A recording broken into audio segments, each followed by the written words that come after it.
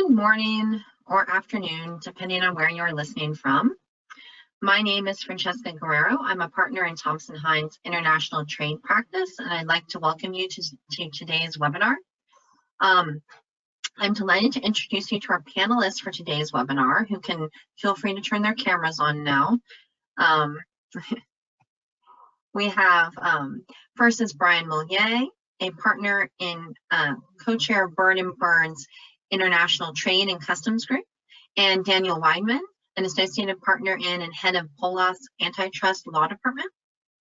Before we start our discussion, a few housekeeping items. One, our program is being recorded. We will send a link to all attendees within 48 hours of today's presentation. Also, if you'd like a copy of our bios, they are in the handout panel, which you can access to the right of your screen. And third and most important, if you have a question, please feel free to put it in the question box in the control panel. So to the right, you should see a little drop down. You can type in a question. There, we will try to keep tabs on it and make this discussion interactive. Again, thank you for your interest, and we will get started. Again, Francesca Guerrero. I'm at Thompson Hine, a partner in the International Trade Practice. I spend a great deal of time focusing on sanctions and advising companies on how to operate their business in this complex world. Daniel, can you introduce yourself? Yes, hello and good morning, everyone. My name is Daniel. I'm based in the Frankfurt office of POELLATH. POELLATH is a law firm, with a German law firm with offices in Berlin, Munich, and Frankfurt, and approximately 200 lawyers in Germany. And I'm in charge of antitrust and trade regulation at POELLATH. And Brian? Yes, thanks very much, Francesca. My name is Brian Mulier. I'm co-heading the International Trade and Customs Department within Byrd & Byrd. I'm dual based in the Netherlands and in Belgium, and mainly focusing on international trade-related issues like export controls and economic sanctions, and advising clients how to deal in this world with the economic sanctions. Thank you. So again, feel free to put questions in the question box. We're going to start by discussing what is happening now, what sanctions have already been put in place.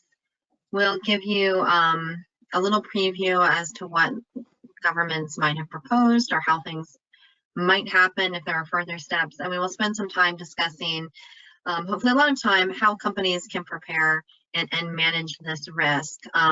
Obviously, we set up this presentation, sent out the invitation last week before we knew what would be happening this week. And there's been a lot of action. So quick summary, many of us have been watching the tension at the Ukraine-Russia border for months.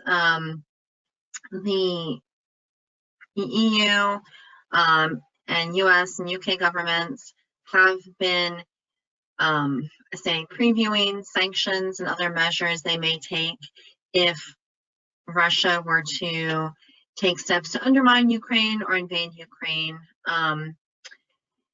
What we saw, I believe it was Monday, may have been Sunday night, Russia recognized two regions in the far east of Ukraine, the Donetsk and Luhansk region, and I believe it's a subsection of what might be considered a province there. But that is a question. What exactly are the boundaries of these regions is a question that you all may need to wrestle with. But they recognize these as independent states, and that is considered by the US and EU as undermining Ukraine's territorial sovereignty. So they have issued, the US has issued some of its first tranche of sanctions against Russia. You know, we all believe that this is intended to be relatively strategic and that the governments are holding more in their back pocket to respond to further steps. But from the US perspective, what happened was we imposed a comprehensive sanctions analogous to Crimea. So we basically embargoed these new little independent-ish breakaway regions, the DNR and LNR as they might be called. And we've also, I think perhaps most impactfully, designated 2 Russian banks and their subsidiaries as SDNs. And so that, I actually don't know how to pronounce it properly, so I'm just going to call it VEB, is a Russian bank that is also the affiliate of Exim Bank and various banks in Russia that are involved in trade and commerce, international trade and commerce. And so that means that these banks, this bank is blocked. Their assets, U.S. persons are obligated to freeze their assets, report them to OFAC, can't do transactions with them. U.S. banks and probably all other banks in the EU will not be facilitating transactions. There's a wind down until March 24th. The other bank designated was PSB, which is associated with the Russian military. And interestingly, it owns a number of vessels that were designated. So we will talk about what you should be doing, but one of those things is checking the vessels that your cargo is on. Several individuals with ties to the Russian president have been designated as especially designated nationals. There have been other measures taken to further restrict sovereign debt, dealings in sovereign debt. These already existed to an extent, and they apply to U.S. financial institutions. And gosh, I feel like I'm running down this at lightning speed. We added a number of banks to, let's see. Well, so we added banks to the directive that restricts debt. So I will turn this over, Brian, this time. If you could tell us what you all are seeing, what I missed when I tried to do the 50-second summary of what's been happening, and what the EU, what you've been seeing. Yes, thanks very much, Francesca. I'll try to make it brief. It's difficult, the situation in the EU. Obviously, the same as in the US, there's a package of sanctions, and we have seen a lot of action over the last couple of days within the European Commission. Nonetheless, we have not seen any official publications yet.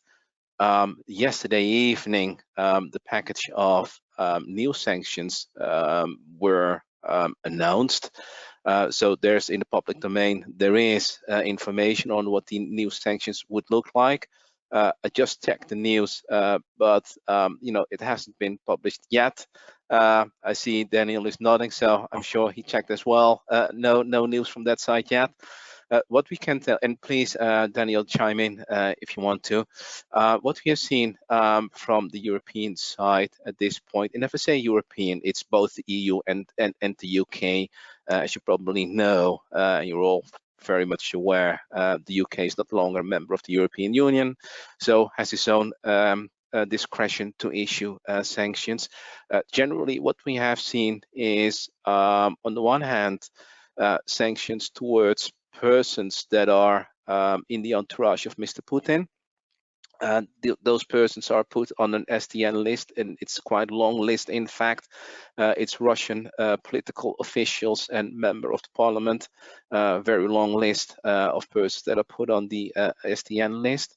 And on the other side, it's also financial sanctions that have been implemented against Russia. And I think interesting in that respect is what we have seen from the UK, that 5 new banks, in addition to the banks that were already on the sanctions list, have been added, saying that their assets are frozen in the EU. That's in a nutshell the reaction so far from the European Union and the UK, although we do expect that there are more sanctions to come. Especially, of course, when the situation in Ukraine further goes further. Daniel, anything to add to this, or any comments from your side? No, I think that was a very good summary. I mean, this is a first step. The sanctions are still to be published and will enter into force once they have been published. and I think there will be more severe sanctions coming, depending on how the situation develops. As a side note from Germany, Germany has put on ice the Nord Stream 2 pipeline for now by basically revoking a previously granted security certificate that has been revoked by the government now, so that process will continue to be on hold. And very interesting point, and apologies if this spoils your agenda, Francesca, but very interesting point Daniel raised is that the sanctions will only come into effect once they have been published. And maybe to spend a couple of more words on that, we do have pretty much of an idea of what the sanctions will look like, especially those with respect to the private individuals that will be put on the list and whose assets will be frozen. Which this is more or less like a brainstorm or something that immediately comes up. If you know already who these persons are and that their assets will be frozen once the new regulations have been published, there is still some time left. We all would have expect that the new regulations would have been published like today, but as mentioned before, not yet. And I do know it's very limited time, but that would leave some room for these individuals to do what they have to do or what they think they should have to, before these new sanctions come into play. Yes, that is a good point. And I think in my summary, I did not mention that one of the things OFAC did was they issued a wind down license with respect to VEB. Interestingly, we didn't see one for PSV. So although the US has taken action already, there are some wind down authorizations in place so that companies can try to close out ongoing activity. And we will talk more about some of the, actually, you know what? I was going to segue into additional future sanctions that we've speculated about previously, but maybe we should jump into the compliance because we're getting lots of good questions. And then at the end, we can circle back to what may come next. Does that sound good? So, one of the questions is with these bank designations, what should companies be doing, or potential bank designations that may come from the EU? What should companies be doing? And I think one thing that may be overlooked is that if there's a designated bank, this means that not only can you not transact business with them, keep an account there, you can't pay your third parties who have accounts there. So you should get on the line with Treasury and you should tell them who are our pay to instructions. If there are any of these VEB banks, we need to figure out what our alternate plan is so that we can continue to do business with Russian individuals and companies who aren't sanctioned, and our payments aren't held up or frozen because we're trying to transmit it through a newly designated bank. That is one important step. Potentially talk with bankers. Let's see.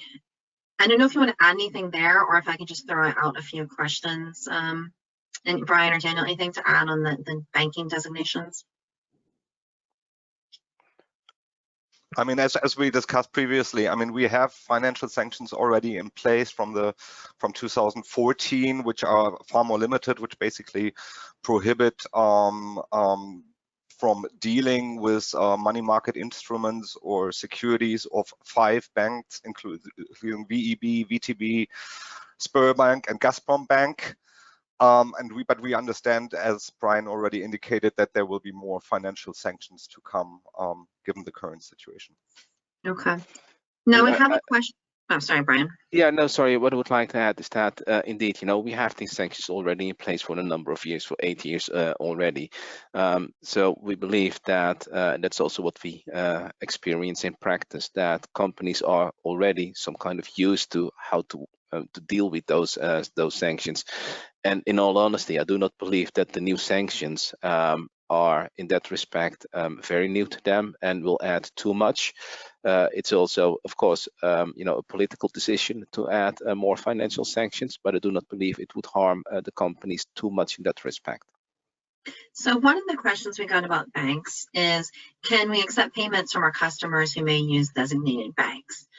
The short answer from US perspective is no.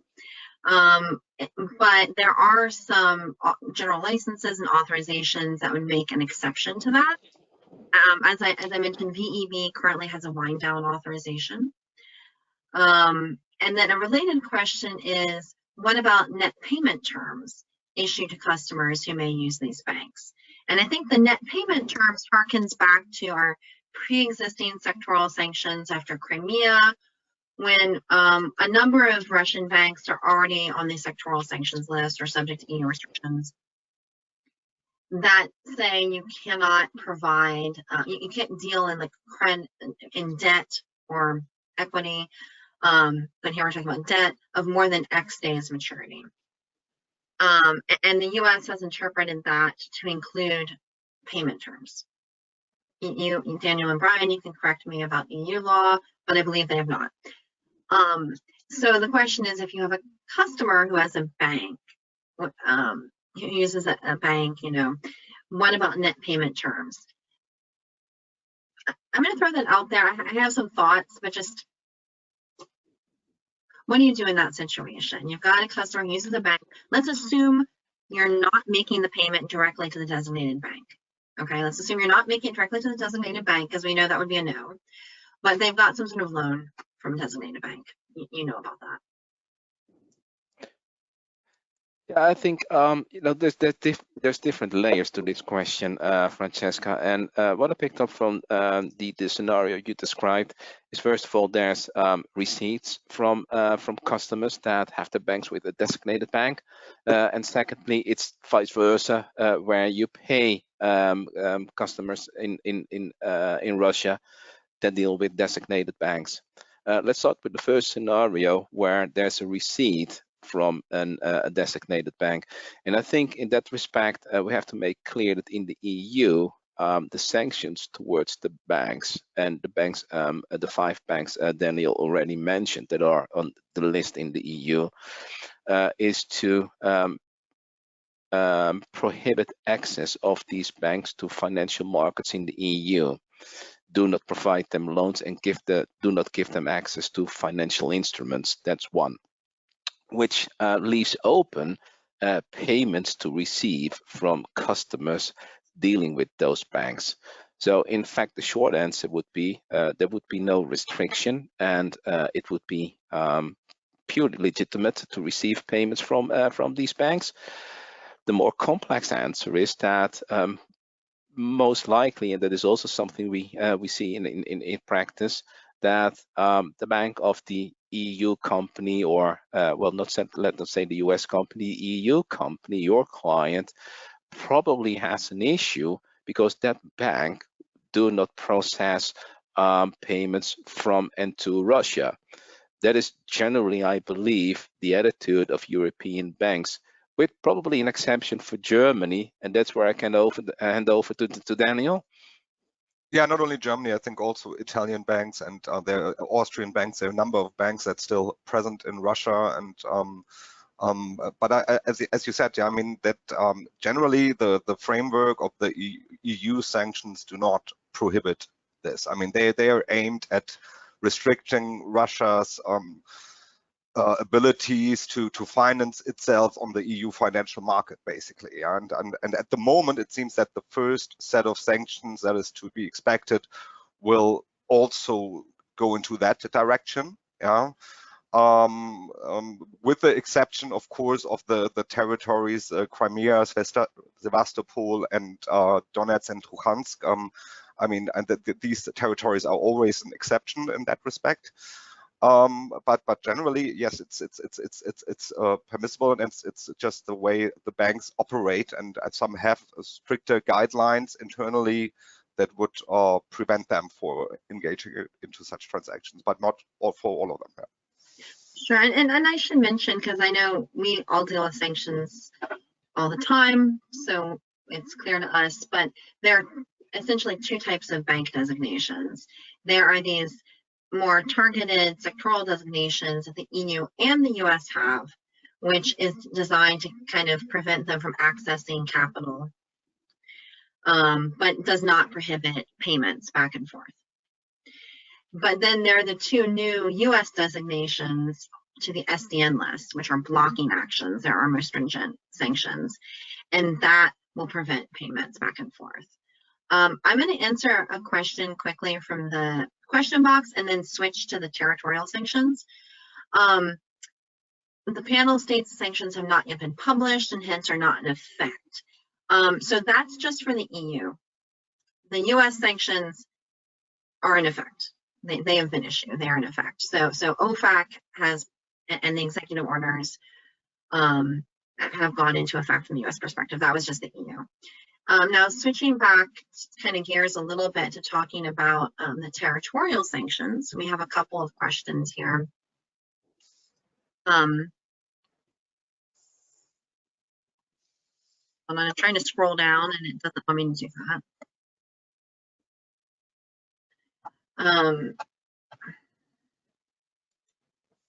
So one of the questions is,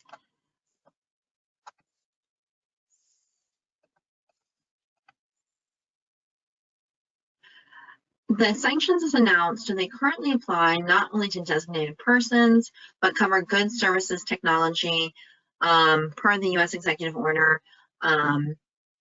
extending to the two breakaway regions? And so we can clarify what's happening there. With respect to these breakaway regions, what can we do? What sort of systemic controls can companies use to try to block individuals in these regions from receiving certain services, including online services or other things that they might access, you know, without you having to take some sort of affirmative step? So the breakaway regions, yes. Sorry, in my 50-second summary, trying to go through it all, I mentioned that very quickly. These two regions that were recognized by Russia and the Donetsk and Luhansk area, they are subject to a broad embargo, we can call it, by the United States now. And I believe the EU and UK are planning to do the same, but I don't think that that is yet effective. Is that correct, Brian and Daniel? Yes, I mean, just very quickly, I mean, there are territorial sanctions in place with respect to the Crimea and Sevastopol region, which are basically prohibition of imports from that regions, prohibition of certain exports, and prohibition of certain investments in that region. And now we basically expect, or at least that's my expectation, that the territorial sanctions for the Luhansk and the Donetsk region will basically mirror that approach. Okay. And yeah, then indeed, and maybe in addition to that, it also to be expected there is a free trade agreement between the EU and Ukraine. It is to be expected that in the same line as Daniel just mentioned, the FTA will be amended, excluding the regions Donetsk and Luhansk. And then the question as to sort of how to put in place controls about this, I'll say first step is to take a look at the general licenses. There were a number of general licenses issued, including some related to personal communications and telecommunications. So, you know, first make sure your service that you're providing is not authorized. And then, to be honest, it's still a little, I've seen many questions from companies asking about geolocation tools. How can we tell if someone's in this region? And I don't know that we have a great answer yet. I think that will come, you know, in some measure of time. I think that will come, but in terms of using like IP blocking, those sorts of measures, I think it's still a bit challenging, realistically. But that does raise the question, you know, aside from online services, what should you be doing, what should companies be doing for risk assessment in terms of scrutinizing their contracts and the terms and the scope of the agreement to, you know, exclude services, you know, to prevent goods from going to these areas. you know, I think reviewing the relationships is one step. I don't know, Brian and Daniel, if you have other measures, just thinking about this new embargo, how do you figure out what's covered by it? I mean, in the world of old school goods, yeah, I mean, one way is of course to use end-use statements. I think that's a typical way to do that.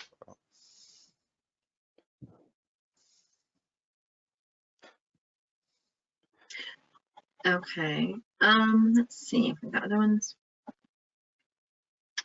So we have a question about who do we think has more to lose by suspending the Nord Stream 2 project, Russia or Western allies? Should we just duck that question as a political question? I'm a lawyer, not a politician, yes. And similarly, you know, do we think that China will provide economic support to Russia to counter the impact of current or future sanctions? You know, that is mostly a political question, but I will say that the impact of the sanctions is probably not as great as it would be if there are alternatives to Russia.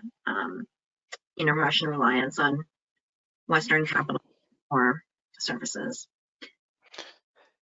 Yeah, indeed, it's very interesting, Francesca. And we, and by saying we, I mean within my department, we had a nice conversation this morning, and a bit speculating on what the sanctions would look like and what the impact of the sanctions would be.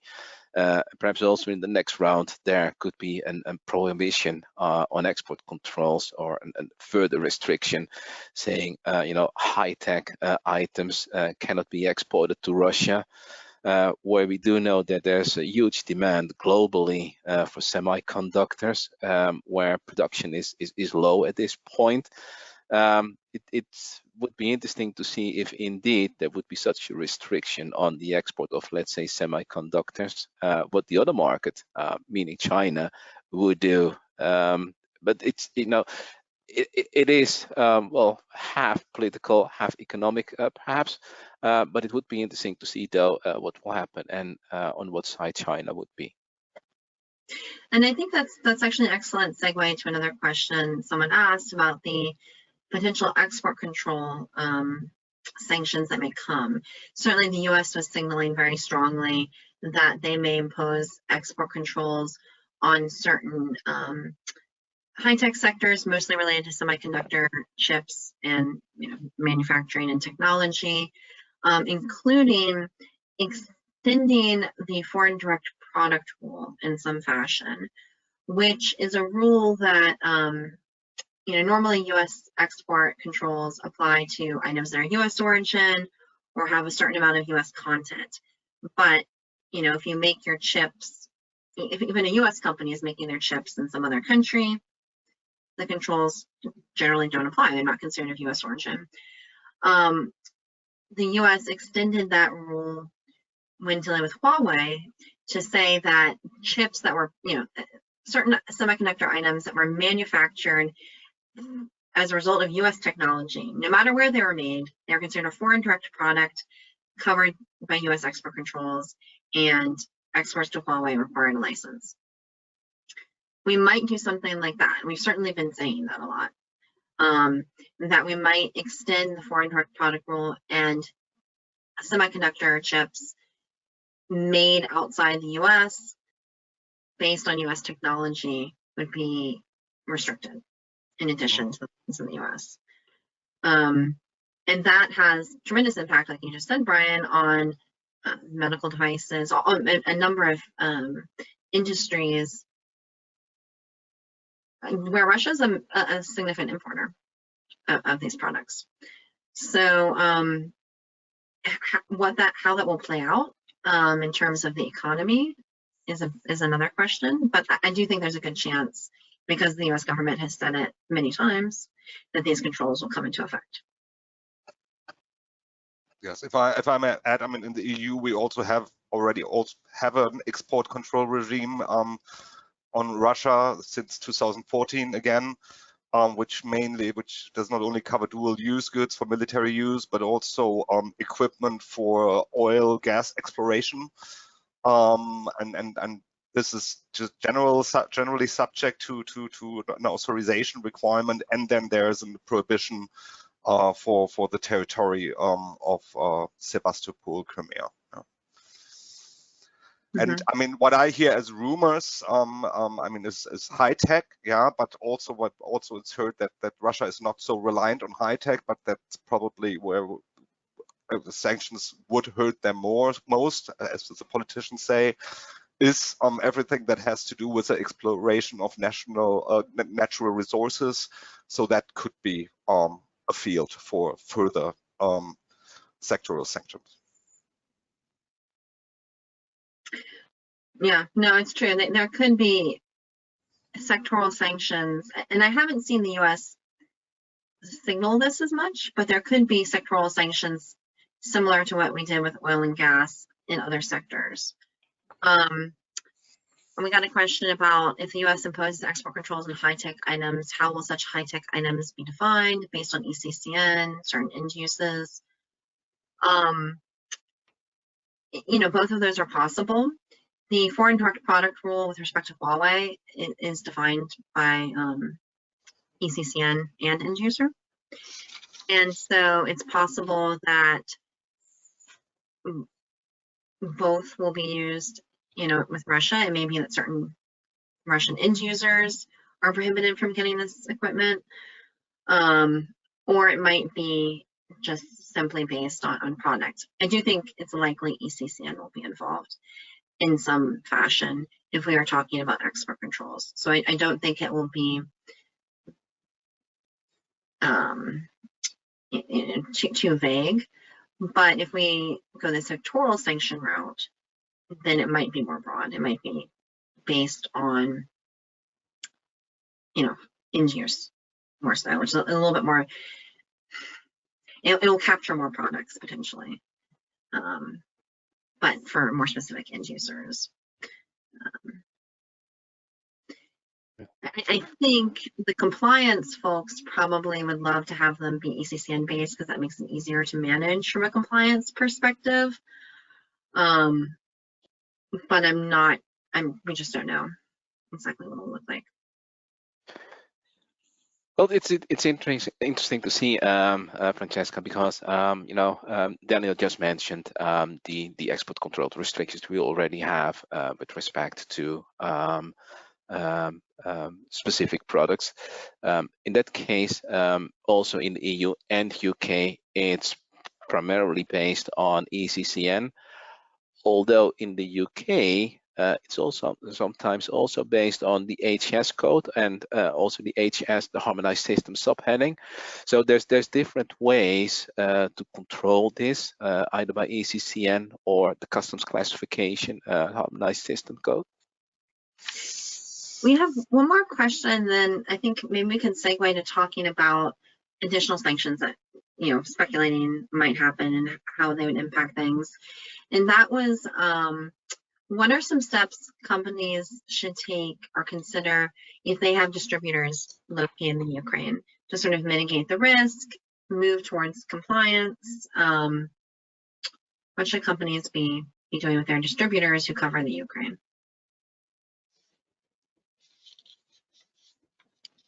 I'm going to call on you, Brian, so we don't spend too much time thinking you should talk. No, thanks very much. No, yeah, it's a very good question indeed. You know, what we have seen this in many instances before, where sanctions came into play and came into effect in different jurisdictions. Specifically in this situation where companies have distributors in Ukraine, I think first of all, what we need to make sure is that it's still legitimate to do business with Ukraine. So there's no need to in that respect to review your contracts. What you should review, though, is to what extent in those contracts it is allowed for the Ukraine distributor to send the products to other jurisdictions, maybe even including Russia. And I do know this is slightly touching upon competition law in the EU, and I'm not a competition lawyer, so I stay away from that. But indeed, what I would definitely recommend those companies having distributors in Ukraine to review the contracts, what is drafted in the contracts, what they have agreed upon in terms of the regions where this distributor can sell their products to, because there is a risk, even though it's remote, but there is a risk if the products end up in Russia and you do have that contract in place with your distributor, that eventually the competent authority in whatever jurisdiction you are in the EU come to you and may accuse you of breaching the sanctions with Russia, because indirectly the products ended up in Russia or Luhansk or Donetsk region. So that's definitely something that companies should do by now, reviewing their contracts in that respect. Yeah, I can only second to that. I've been involved in cases where public prosecutors came after German companies because their goods, which were intended to go somewhere totally legitimate, ended up somewhere else. And under EU law, the requirement is that you cannot willfully or foreseeably engage into such transactions. So you really have to do everything you can. And I think contracts are most important, that you have a sanctions clause, that you even have penalties in case of violations of the sanctions clause. So that makes them more reliable, that the distributor is obliged to get an end-use statement from its customers. Yeah, and I think these three things you cannot say always, but should in most cases put you on a safer side. Yeah. I think from a U.S. perspective, all of those steps that you mentioned are certainly important and very helpful with risk mitigation. I will just add that there is a bit of the not putting your head in the sand. So sometimes as basic a thing as checking the internet and seeing what your distributor has up on its websites can be critical. If you have a distributor and they're like, yeah, we signed these agreements, but here's our showroom in Russia selling your great stuff. I mean, that if it's publicly available, I think OFAC has an increasing expectation that you'll find it. So that is something where companies can educate the sales team who works with the distributors and probably knows them better to kind of be on the lookout for red flags. The compliance folks may not have time to spend all day surfing the internet, picking out all their distributors, but you can expand your resources by educating the salespeople. Yeah. I fully second that, Francesca, and that is a matter of screening your client, knowing who your customer is. It's doing your due diligence, making sure that indeed all the information that is in the public domain, that you look for it, and that you are sure that you have done everything that is within your powers to make sure that it is legitimate business. You mentioned it's putting your head in the sand. It's also from a European perspective, you should avoid that there's any reasonable cause to suspect that the goods end up in a place where they shouldn't go to. So do your due diligence, make sure that you have all the information that is available to you, and document that and record it. Definitely. And I'll even mention, because many of us are older and maybe we don't use social media a lot, but people who are trying to hide things, they can't scour social media, and I mean like Instagram and TikTok and Facebook and things like that the same way they can like other websites. So if you do think that there's something cagey or you're concerned, spending some time on those sites looking for information can be useful. So I wanted to sort of circle back to something we skipped over earlier, which was what may come next if there further moves by Russia into Ukraine. What additional steps may happen, and how can companies sort of think about that risk, prepare for it now.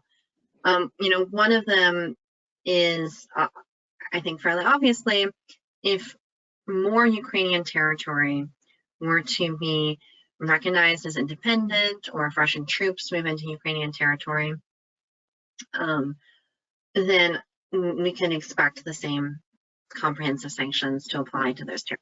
I think that's very likely.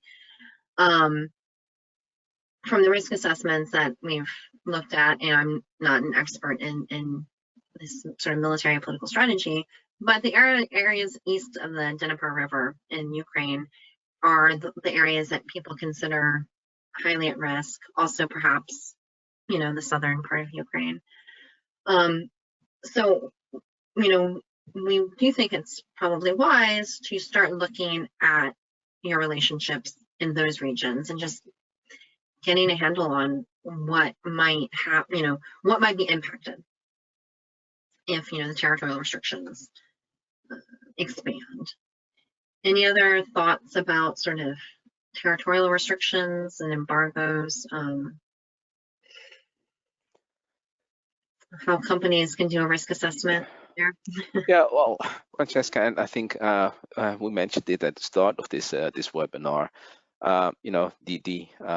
The sanctions that again most likely will be published today, or if not today, tomorrow. Those are very clear. All the other sanctions that may come into effect, or that the EU/UK maybe consider, is pure speculation. Yes, we do have pretty much of an idea, but it is information that we pick up from the public domain, which is in the newspapers. There's no official comment in that respect from the side of the European Commission yet. So it makes it very difficult for us now to advise companies what they have to do to anticipate on something we don't know what's coming yet. That being said, I think all in all, it will be a more stringent approach of the sanctions that are since 2014 already in effect with respect to Russia. And I think what you need to do is make sure that you do know what the contracts are, who your business partners are, what is the type of business you're doing in those regions, what are the contracts you have with those partners. That is something that you start looking into now, and make sure that you are prepared for what probably is the near future. Nothing to add to that. I think that just describes it perfectly. Yeah. Let's see. Sort of thinking about sectoral sanctions, obviously the financial sector has been already targeted by the US, and EU has indicated they will be taking some steps there. Are there other sectors that we think are higher risk, that we've heard the governments speculating about sanctions targeting those sectors? Obviously, defense, almost that, Russian defense, obviously targeted already. Anything else that companies should be thinking about there?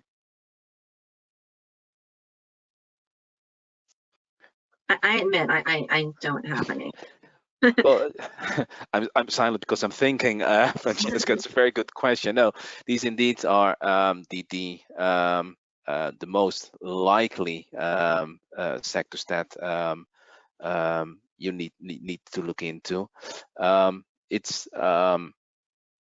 think it's a bit difficult, but I think what you need to look into is that there are sectors that historically are linked to the banking sector, to the financial sector. Probably have to look into those. But I think at this point, from what we have heard so far, is that most likely it would be defense sector, the financial sector, maybe even also. No, I think that's basically it. Would leave it with that, being defense and finance sector. all the rest would be speculating from my side, and at this point, not very good. Mere speculation, absolutely. But yeah, as just rumors, you hear maybe some high-tech sectors or further natural resources sectors. Mere speculation. Sorry. We have a question about screening and SDNs. If anyone has any questions, I encourage you. We'll probably stay on for a few extra minutes, so please, even though it's 10:45 and you may have to go, if you'd like to stay for a little bit, please go ahead and put questions in the question box. We have a question about whether essentially the 50% rule applies in the EU, whether if there are blocking designations against individuals by the EU, whether companies need to think about the 50% rule. Do you want to take that one? Yes, you need to. I mean, yes, we have in the personal sanctions. You also need to look into the group. If it's a company, to look down to the controlled subsidiaries. If it's a person, you would need to consider whether that person owns 50% or more in a company, and you're dealing with that company. So yes, you need to do that exercise. Yeah, maybe to make it even more clear, but this is just perfect, Daniel. I think it's not exactly the 50% rule. It's what Daniel mentioned on the company side. It's also the control. So you have to look beyond the 50% and also need to look at whether this company is under control of a designated company. Which is a little more mushy. Which is indeed, yeah. And I will mention, since we're talking a 50% rule, OFAC did clarify. Just to be clear, if you have 50% or more, you have control. Then that's clear. That is indeed. If you have 50% or more, you do have control. But also, if you have less than 50%, it could be the case that you do have control. And to be more precise, there's an assumption of control. 50%. Exactly. Or more. And there's different interpretations of what control is. Where the UK, for example, is much more stringent in their approach than in the EU with respect to control and ownership. But fully agree with Daniel, obviously. Yes, I mean in practice, I mean if you take a careful approach, you just look through the information that's available in the Russian trade registers, which is usually not that bad. Yeah, and if a listed person is a shareholder, then you already need to be careful whether it's 10%, 20% or more. Yeah. Yes, and two things that discussions of Russian SDNs raise. One is just kind of going sideways now. There are a number of vessels that are owned by some of these designated parties. 5 of them were named in the OFAC designation. But for companies who move cargo, that is something that you may not regularly screen.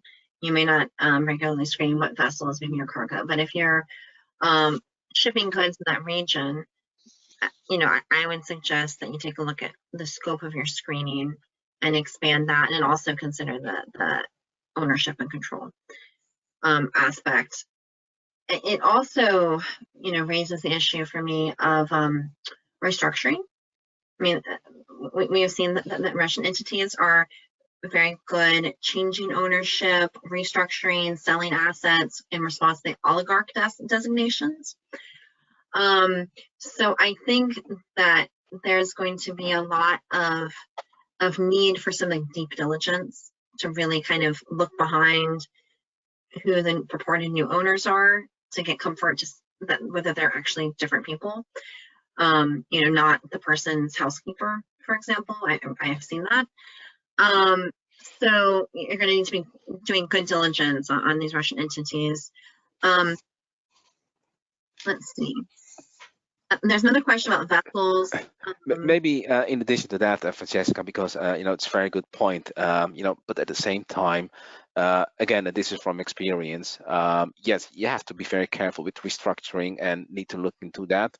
but you know, it's very difficult often to see in the Russian registers, if they have any, to what extent you know, who is the UBO of certain companies.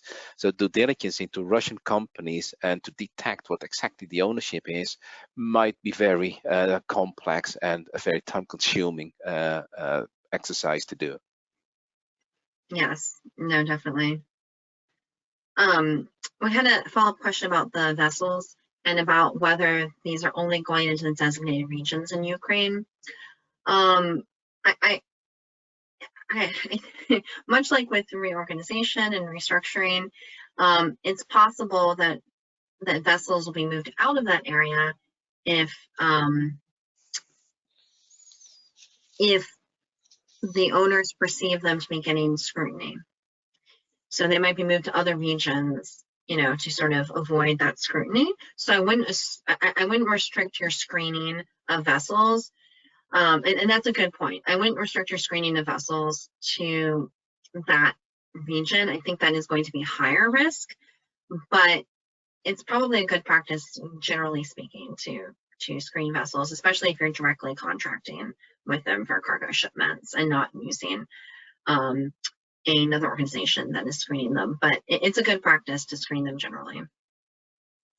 How do you figure out which ones are? Yes, vessels all have an identification number.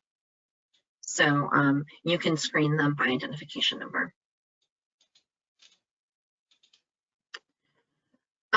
Let's see. I think we've answered most of the questions, and except for the ones that might get us into hot water, you know, opining on political issues. So just, I'd like to ask the panelists if they have anything that we haven't covered that we should be sure to cover before we sign off. No, I don't think so at this point, Francesca. And again, you know, Daniel and myself, but speaking for myself, you know, we have done this and I liked it very much and I like the format. Apologies if we're a bit unclear, but it's all to do with the fact that we do not have the exact legal information yet, simply because of the regulations have not been published yet. But it might be good, but it's a suggestion my side, if going forward, because unfortunately I should say, I think within time there will be a next package of sanctions against Russia, and unfortunately because that would imply that there is a further invasion of Russia into Ukraine. But my suggestion would be to repeat this and to do a next webinar maybe in 2-3 weeks time if we have even more information. But thanks very much for the invitation and being on this panel. Great, thank you. Thank you very much for joining us. Daniel, anything we forgot to cover? There was so much. Second to that, I hope there won't be a reason to meet again in 2 weeks, no, but the situation seems like it, yes. And we will see what will happen. Well, thank you very much for joining us. It's been great to have representatives from other jurisdictions, because I find that more and more when we talk about sanctions, I really have to make sure it's a multilateral understanding for my clients. I will mention for our listeners that if you are not currently receiving our updates and invitations or invitations to future additional webinars about Russia sanctions directly, that we invite you to go to the Thompson Hine website and register, receive our mailings under the publications tab. I also encourage you to visit our blog, thompsonhinesmarttrade.com. You can subscribe to the blog as well. And I forgot to mention at the beginning of this presentation, I apologize that my partner Mulier was not able to join us due to a last minute emergency. Perhaps if we have another webinar, he will join us. But thank you all for your interest in attending today's webinar, and enjoy the rest of your day and stay well. Thanks very much. Bye. Bye.